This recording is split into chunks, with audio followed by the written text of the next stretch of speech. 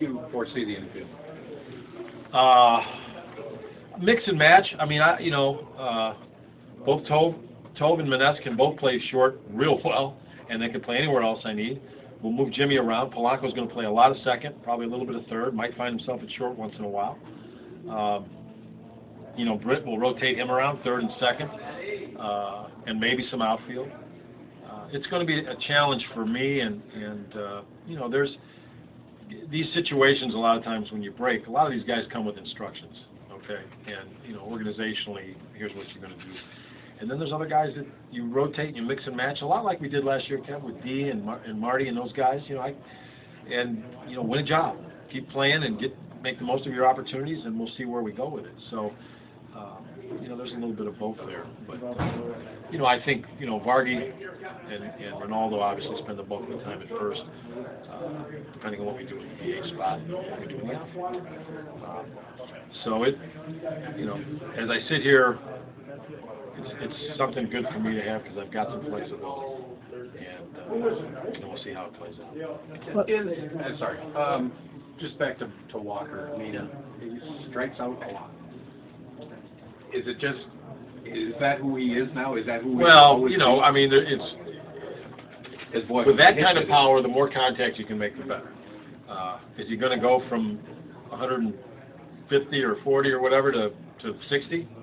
There's a whole bunch, whatever. I didn't say it. Whatever. So, I don't know. I was looking at something the other day. There's a club up in the big leagues that I think's favorite to win the World Series that strikes out about 1,200 times a year, and you're not supposed to be allowed to do that and win, right?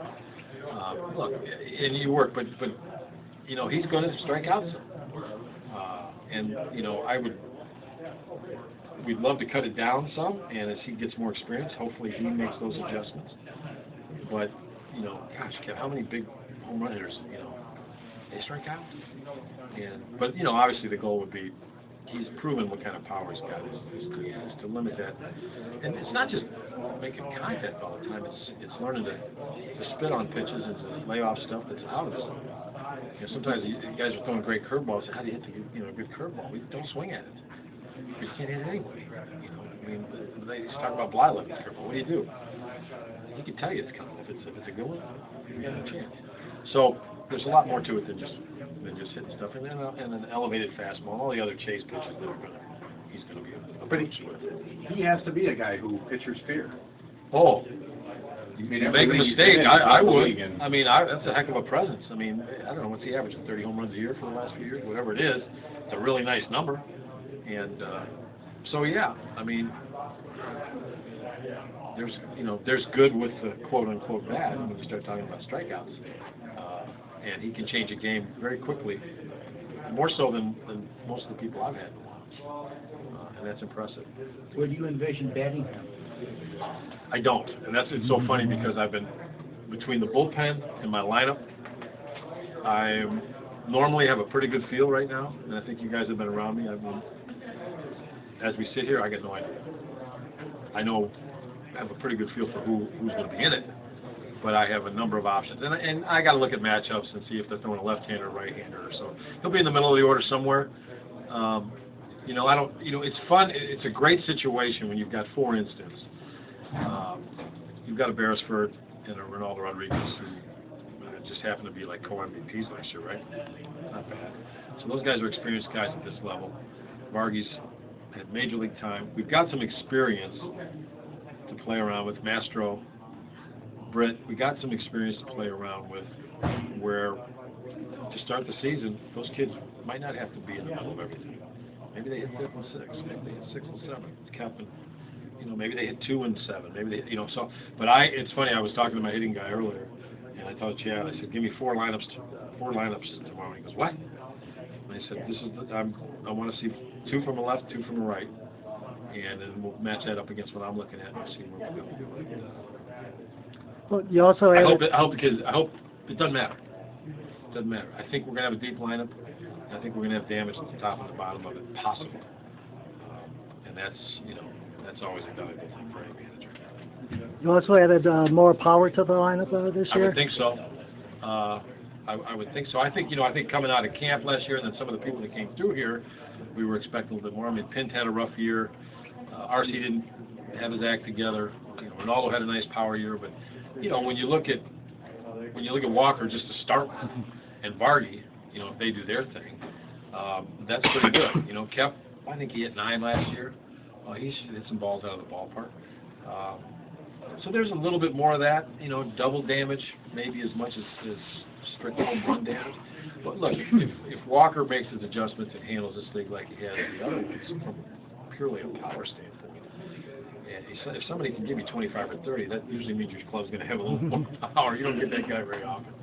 So, and if Vargy's the other big key. I mean, he obviously can hit the ball in the ballpark. But I would think a little more speed and a little more power. Hopefully, I've been wrong before. Hopefully not. If you can hit him in this ball. Well, for sure. But I think we're talking about the kind of power, knock on wood. This is not, you know, this is not some guys that have good power for their size, you know, without getting carried away. These guys can hit this ball. It ain't going to matter. Isn't going to matter. My mom would kill me. Isn't going to matter. So that's the kind of power we're talking about, with just raw power.